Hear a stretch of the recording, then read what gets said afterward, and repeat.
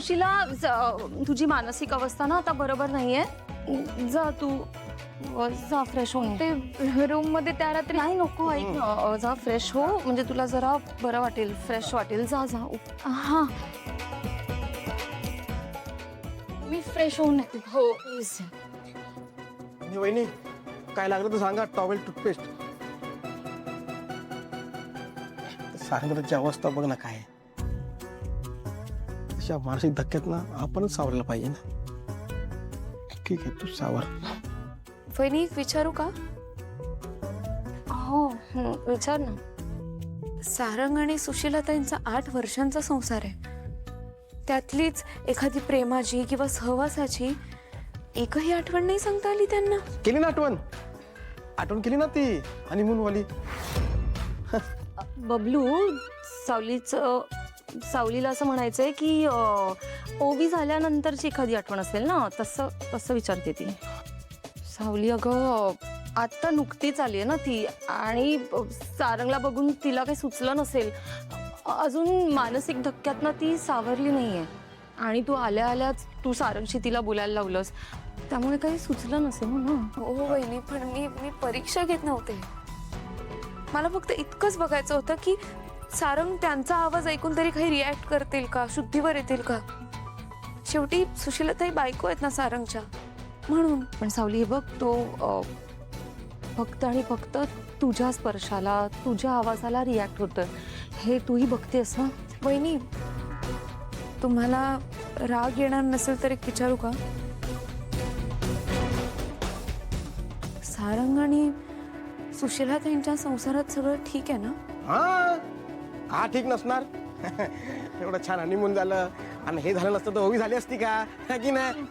छान हो, सगळं छान आहे. ऐक ना सावली, आता तू एक काम कर, तू आत्ता पेस्ट खातो ना, त्याला आत्ताच भरव, नाहीतर नंतर काही माहिती नाही आपल्याला. आम्ही बाहेर ओवी आणि अबीरला बघतो जरा. हा चल बबलू.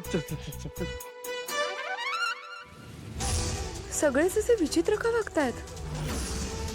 आणि मला राहून राहून सारंग आणि सुशीलाताईंच्या नात्याबद्दल शंका का येतेय?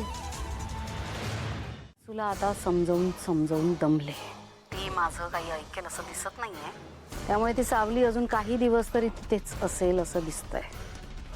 तेव्हा मला तिच्या प्रत्येक मुवमेंटची माहिती हवी आहे. आलं लक्षात? नाही, कारण जर सावली फार दिवस तिथे टिकली ना, तर तू आणि तुझा नवरा जास्त दिवस टिकू शकणार नाही. कदाचित असं काहीतरी होईल की तू आणि तुझा नवराच त्या घराबाहेर असतील. कारण आय गेस तुला माहित नाहीये की तू त्या घरात येण्याआधी राजकुमारने काय काय प्रताप करून ठेवलेत. तुम्ही अजिबात काळजी करू नका. ती सावली काही खूप दिवस इथे नाही राहणार. आणि असंही आत्ता ती इथे सारंगसाठी आली. तिचं सगळं लक्ष फक्त सारंगवर आहे. आत्ता आपल्या कोणालाही तिच्याकडून काही धोका नाही आहे. डोंट वरी. मोनिका, तुम्हाला आत्ता असं कळत नाहीये की तुम्हाला सावलीपासून काय धोका आहे. पण एकदा का सारंग शुद्धीवर आला ना, बस तुमच्या सगळ्यांचा खेळ खल्लास आणि सावलीचा गेम सुरू. गाफील राहू नकोस मोनिका, सावध हो. हो, तुम्ही सांगितलंय तसंच सगळं करेन. Don't worry. ओके? तुझ्याशी खरं तर बरंच बोलायचं होतं, पण आता फोनवर सगळंच बोलता नाही येणार. ओके चालेल, मी येते तुम्हाला भेटायला. Okay bye. त्या भैरवीचा स्वभाव असा आहे की हिला दुखवून किंवा हिच्या विरोधात जाऊन चालणारच नाही. आपण म्हणून तिचं प्रत्येक काम निमूटपणे करून पण चालणार नाही, नाहीतर माझाच पत्ता कट होईल या घरातून. आता ना मला इथून पुढे खूप अलर्ट राहिलं पाहिजे. या सगळ्या गेम मध्ये कुठला तरी एक मिडवे शोधावाच लागणार आहे.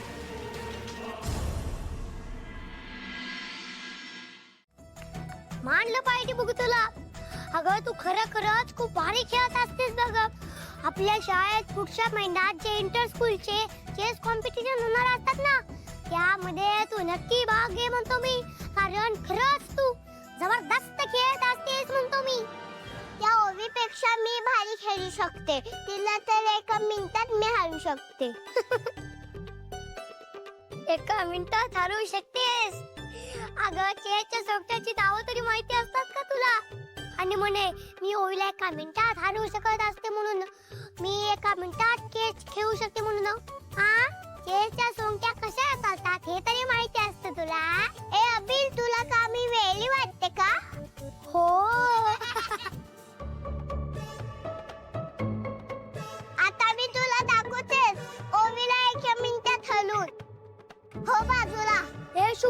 संग ढकलू नकोस. काय करायचंय तुला मी ढकलेल. शुभ्रा ढकलू नकोस, मारेल मी तुला. ए थांबा शुभ्रा. शुभ्रा इथे आमच्या दोघांचा खेळ चालू आहे ना. आमच्या दोघांचा खेळ संपला की आपण दोघी खेळूया. नाही नाही नाही, मला आत्ता खेळायचंय. शुभ्रा ओवीच्या सांगते ते ऐक म्हणतो मी. हा तुला काय करायचंय मी नाही ऐकणार.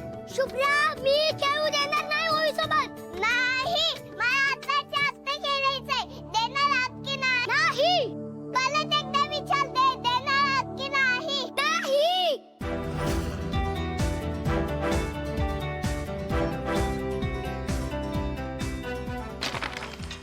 शुभ्रा शुभ्रा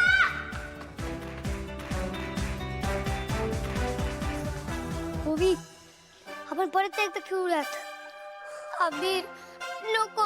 ती तिच्या मम्मीला म्हणजे काकूला नाव सांगणार. ती काकू मला ओरडणार. अगं ओवी तुला कोणी ओरडणार नाही ग. अगं आपण शुभ्राचं नाव माझ्या आईला नाव सांगूयात. अबीर शुभ्राची चूक असली तरी मोनिका काकू मलाच ओरडते.